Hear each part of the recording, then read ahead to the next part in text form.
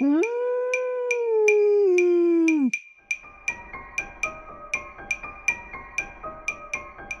Êtes-vous prêt à voyager des frontières de vos peurs aux limites de vos rêves, à rencontrer des mythes et des légendes, des diables et des anges, à vous laisser conduire sur les chemins de l'étrange? Arcanum Fabulas. Saison 8.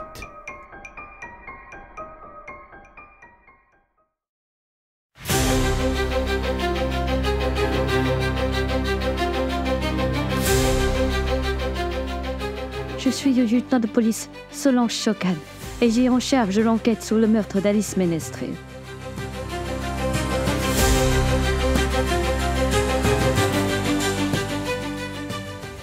Au départ, tout pouvait sembler simple et limpide.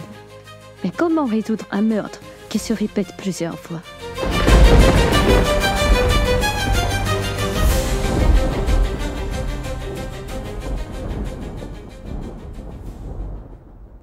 Épisode 10.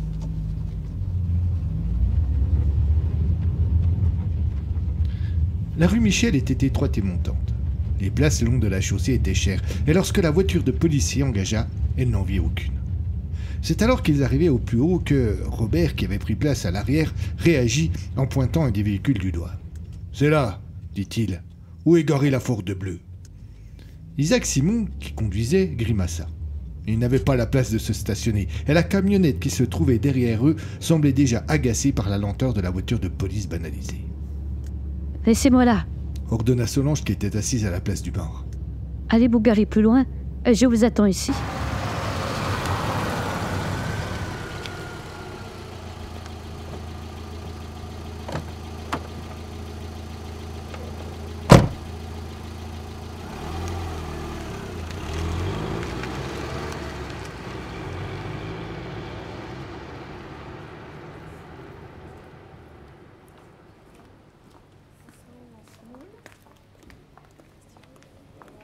C'était la fin de l'après-midi. Le soleil était rasant et la température était fraîche. Socan sortit de la voiture qui redémarra immédiatement et gagna le trottoir. Elle manqua de bousculer une dame d'un certain âge qui se trouvait là avec son caddie et s'excusa. La vieille ne leva même pas la tête, mais elle l'entendit soupirer. Oubliant cet incident sans importance, la policière commença à observer les alentours. Elle fut d'abord déçue car elle espérait repérer une caméra qui aurait été susceptible de filmer le corbillard au moment où il se trouvait là. Rien. Elle tournait la tête sur sa droite, elle aperçut un peu plus loin la dame qu'elle avait manqué de bousculer quelques instants plus tôt. Cette dernière s'apprêtait à entrer dans un immeuble qui se trouvait à 20 mètres de la place où avait stationné le corbillard. Une idée lui traversa la tête. C'était mince, mais il fallait bien commencer par quelque chose. Elle interpella la femme qui venait d'ouvrir la porte des communs. Cette dernière, d'abord surprise, fit semblant de ne pas entendre et, essayant d'accélérer ses gestes au maximum, tenta de se glisser à l'intérieur avant que celle qui venait de l'interpeller et dont elle ne savait rien ne les rejoigne. Peine perdue. L'âge est cruel avec la dextérité et Solange parvint elle aussi à entrer dans la cage d'escalier.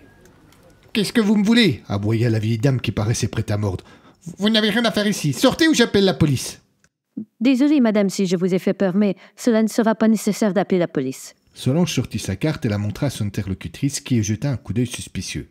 « Vous êtes de la police, vous ?» demanda-t-elle sur un ton fermé. « Oui, madame, et je cherche des témoins pour mon enquête. »« Je n'ai rien vu !» répondit la vieille, juste avant de tourner les talons à la vitesse de l'éclair et de commencer à s'éloigner comme l'aurait fait le plus lent des escargots. Solange, oubliant les règles de bienséance de base, n'eut pas de mal à la dépasser et se posa devant elle pour lui bloquer le passage. « Laissez-moi vous poser quelques questions, c'est très important. » Elle fit son plus beau sourire pour tenter d'amadouer la vieille et de lui prouver qu'elle pouvait avoir une totale confiance. La dame soupira. « Allez, je vous écoute. » Solange fit attention à rester le plus affable possible. Elle ne voulait surtout pas que la vieille dame se referme. Elle lui demanda si le quartier était calme, s'il y avait des problèmes particuliers ou si elle habitait là depuis longtemps. « Oui, » répondit-elle, « depuis presque 30 ans. Mais je croyais que vous vouliez m'interroger au sujet d'une enquête. » « Tout à fait. Vous étiez dans le coin en début d'après-midi ? » ?»« Oui, je suis allé au parc un peu plus bas. »« Vers quelle heure ? » ?»« Je ne sais pas, je dirais aux alentours de 14 heures. Peut-être un peu avant. » Sokan opina du chef, et après une courte pause lui demanda si elle avait remarqué un corbillard dans la rue à ce moment-là. Son interlocutrice haussa les épaules et après un court soupir s'excusa de ne pas se souvenir. Je ne dis pas qu'il n'y en avait pas un, hein, mais j'ai pas fait attention. La déception du lieutenant fut visible. Elle remercia la femme et s'apprêta à prendre congé juste au moment où cette dernière lança une phrase qui allait tout changer. « C'est bizarre votre question. Moi je pensais que vous alliez m'interroger sur le gars avec le visage peint en blanc qui s'est battu dans la rue. »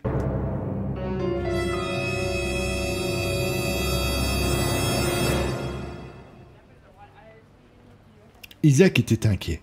Il regardait vers le haut de la rue, personne. Il regardait vers le bas, personne. « Mais bon sang, où est-il passé ?» pensa-t-il à haute voix. Robert, qui se tenait juste à côté de lui, semblait tout aussi inquiet, mais sans doute pour d'autres raisons.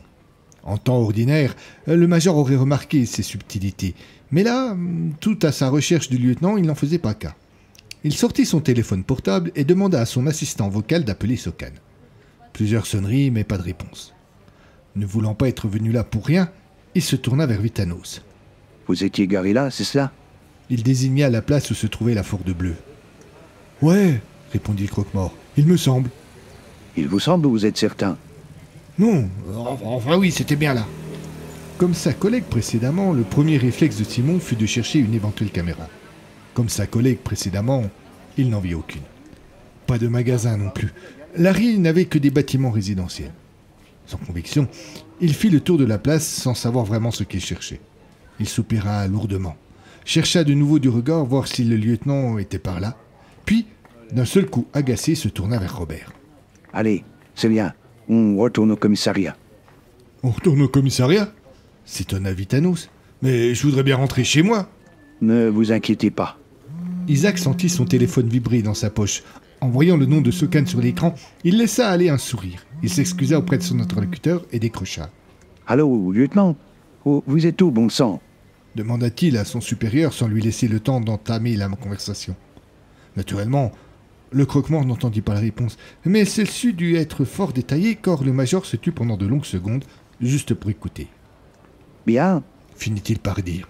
« Nous arrivons tout de suite. » Il raccrocha et rangea son téléphone, puis il parut chercher quelque chose de regard. Enfin, il demanda à Robert de le suivre. Les deux hommes se dirigèrent vers l'immeuble où, quelques instants plus tôt, Solange avait rejoint la vieille dame. Arrivé devant la porte, le major Simon vérifia le numéro au-dessus de cette dernière, puis il frappa. C'est le lieutenant Sokan elle-même qui vint lui ouvrir. Elle invita les nouveaux venus à entrer.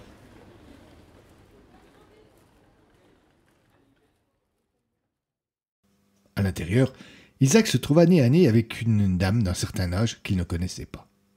Cette dernière ne parut pas remarquer le policier. En revanche, elle fixa Robert d'une manière presque gênante, puis elle se retourna vers Sokan. « Oui, c'est bien l'un des deux, hein, pas de doute. » Le croque-mort, comprenant que l'on parlait de lui, ne put cacher son malaise. Il déglutit et baissa la tête. Ce signe fut interprété par le lieutenant comme un demi-aveu. Dès lors, elle ne vit pas la nécessité d'expliquer quoi que ce soit et posa la seule question qui vaille. « Avez-vous quelque chose à nous dire sur ce qui s'est vraiment passé ?»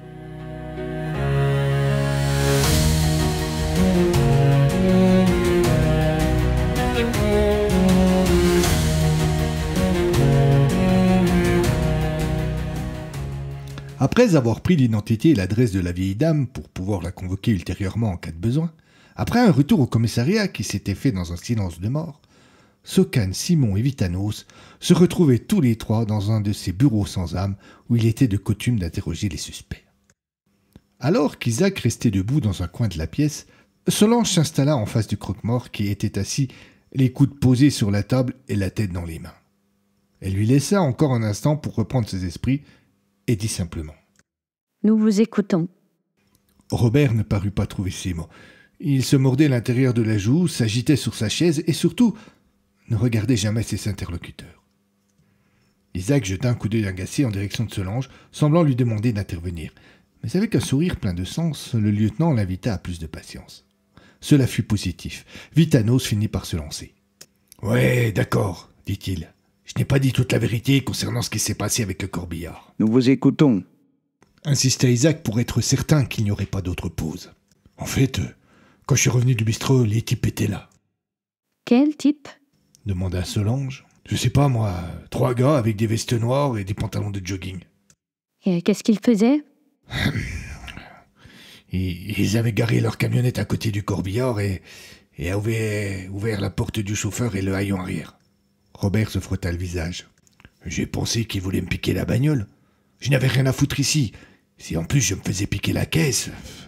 J'ai pas attendu. J'ai hurlé des injures et je me suis précipité sur eux. Ils m'ont bien vu arriver et ils n'ont pas cherché à comprendre. Ils ont grimpé dans leur caisse et démarré en trombe. Une nouvelle hésitation du croque-mort poussa Isaac à le relancer. Et c'est tout? Non, répondit-il après un court soupir. Je n'ai pas été soulagé de les voir déguerpir ainsi. Avant de me sentir tranquille, je devais m'assurer qu'il n'y avait pas de dégâts. Je me suis approché du corbillard et j'ai commencé par jeter des coups d'œil à l'avant. Il n'y avait rien à signaler. C'est au moment où je suis allé à l'arrière pour fermer le haillon que je me suis rendu compte qu'il y avait encore un type à l'intérieur.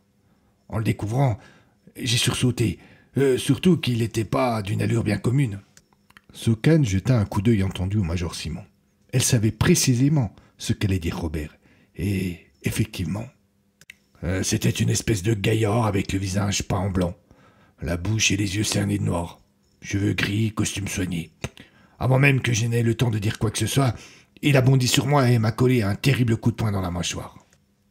Il montra le petit hématome qu'il avait en bas de la joue. J'ai volé au sol pour la peine, et lui s'est relevé plus vite que l'éclair. Après m'avoir filé un dernier coup de pied dans le bide, il s'est barré en courant. J'étais dans une telle colère que j'ai trouvé je ne sais où la force de me relever et de me lancer à sa poursuite. Je l'ai attrapé un peu plus loin sur le trottoir et nous nous sommes de nouveau battus. Encore une fois, je n'ai pas eu le dessus. J'étais au sol et en bien mauvaise posture quand j'ai entendu des coups de klaxon répétés.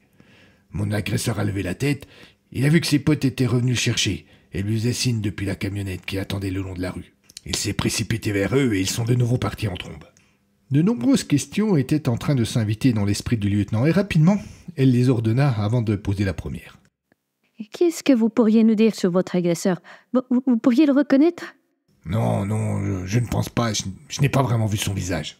Et leur camionnette? Demanda Isaac. Une blanche, Volkswagen ou Ford, je suis pas certain. Les 2 policiers peinaient à trouver des informations pertinentes qui leur auraient permis de commencer à suivre une piste. Un véhicule blanc d'une marque ou d'une autre, que faire de cela? Bien. Dit alors Socan. Qu'avez-vous fait ensuite? Je suis retourné au corbillard et c'est là que j'ai vu. Vous avez vu quoi? Robert se décida enfin à regarder son interlocutrice en face. Il semblait vouloir lui montrer par cette attitude nouvelle que ce qu'il allait raconter, aussi incroyable que cela pouvait sembler, n'était que la plus pure vérité. Le cercueil avait été ouvert, il était vide. Ces malades avaient piqué le corps. Et à la place, ils avaient déposé une sorte de statuette en bois. Solange ne laissa paraître aucune émotion, et pourtant, c'était sans doute à dessein que Vitanos s'était interrompu. Il avait sans doute voulu voir la réaction de son interlocutrice face à cette étrange histoire. C'est Isaac qui réagit le premier. Une statuette? Quelle statuette? Je sais pas, on aurait dit une sorte de figure mal fichue. J'ai sorti du cercueil et planqué dans le corbillard. Ensuite, j'ai refermé le cercueil et je suis allé chercher Stéphane. Je lui ai rien raconté et j'espérais que tout allait passer inaperçu. Robert ne quittait toujours pas Socan des yeux et le lieutenant relevait le défi en fixant également le croque-mort. Ce dernier avait complété son récit. Elle pouvait maintenant demander des précisions. La statuette, elle est toujours dans le corbillard? Vitanos répondit affirmativement d'un petit geste de la tête. Alors Solange se tourna vers Isaac, qui comprit exactement ce que sa patronne attendait de lui. « Où est-elle précisément » demanda le major à Robert. « Sur le siège avant. » Avec cette seule réponse, Simon quitta la pièce. Le corbillard avait été amené sur le parking du poste de police. Il aurait vite fait de vérifier l'information de Robert. Dès qu'elle fut seule avec le croque-mort, Solange lui demanda. « Avez-vous autre chose à nous dire » Une nouvelle fois, comme s'il avait perdu l'usage de la parole, Vitanos ne répondit que d'un geste négatif de la tête. « Bien. » enchaîna Socan en se levant. « Alors, je vous laisse un instant. Un collègue va venir s'occuper de vous. » S'occuper de moi, mais je ne peux pas rentrer ? Nous avons encore quelques éléments à contrôler avant de vous laisser partir.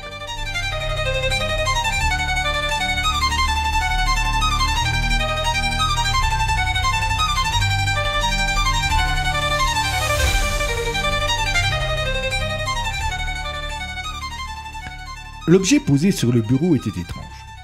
Quand le croque-mort avait parlé d'une statuette, Solange n'avait pas du tout imaginé cela. C'était une sorte de bûche mal dégrossie sur laquelle on avait taillé un visage vaguement féminin avec un couteau. On était loin d'une véritable œuvre d'art. Isaac, pour sa part, semblait tout aussi dubitatif que sa chef. Il finit par s'approcher de l'objet et de le prendre en main pour le regarder sous toutes ses coutures. C'est vraiment un truc étrange. Dit-il tandis qu'il continuait à le retourner dans tous les sens. Montrez-moi. Demanda Solange en tendant la main. Oui. Il lui passa la statuette qu'elle observa à son tour.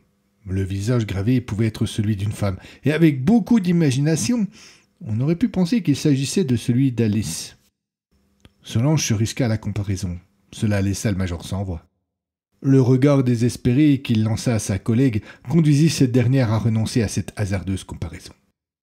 On abandonna l'objet dans un tiroir de bureau en attendant de le joindre aux autres pièces à conviction. Et c'est seulement le lendemain qu'il se révéla différemment.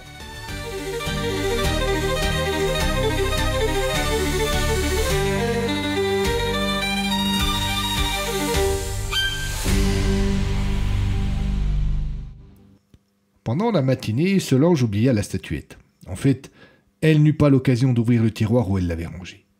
En début d'après-midi, Isaac, qui était toujours au fait des tâches administratives, bien plus que sa responsable d'ailleurs, lui rappela l'existence de l'objet et souligna qu'il était peut-être temps de procéder à son enregistrement comme pièce à conviction. Vous avez raison, j'avais complètement zappé cette horreur. Elle l'avait tellement oublié qu'il lui fallut quelques secondes avant de se souvenir du tiroir où elle l'avait déposé. Lorsqu'elle ouvrit ce dernier et que la statuette réapparut, elle se figea. Isaac, qui, debout à côté du bureau, attendait de récupérer l'objet, s'interrogea. Pas de problème? Solange leva sur lui un regard circonspect, et elle déglutit. Et elle ne ressemblait à rien, cette statuette. On est d'accord? C'est le moins qu'on puisse dire. S'amusa le major. Alors, il y a des trucs que je ne comprends pas. Elle sortit l'objet du tiroir, le posa sur le bureau. Le morceau de bois était des plus finement sculptés, et cette fois, pas de doute, on reconnaissait bien le visage d'Alice Ménestrel. Isaac, d'abord sidéré, finit par se décider à empoigner la statuette et à l'observer de plus près. Il ne reconnut pas l'objet qu'il avait eu la veille dans les mains. C'est une plaisanterie? Solange répondit non d'un timide signe de la tête, et il la crut car elle paraissait tout aussi déboussolée que lui.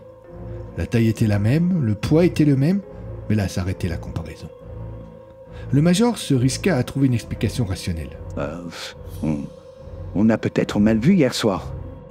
Son ton ne laissait pas de doute. Lui-même ne croyait pas à cette explication, et le regard navré que lui lança Solange l'enfonça encore davantage. Non, c'est encore un truc bizarre de plus dans cette affaire. Il y a une explication rationnelle. Il y a forcément une explication rationnelle. Insista Simon. Je l'espère. Répondit Sokan.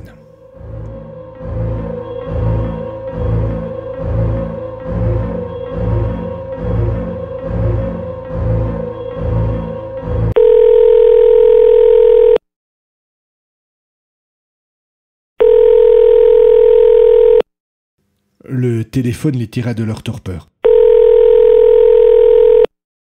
Le commandant voulait les voir immédiatement.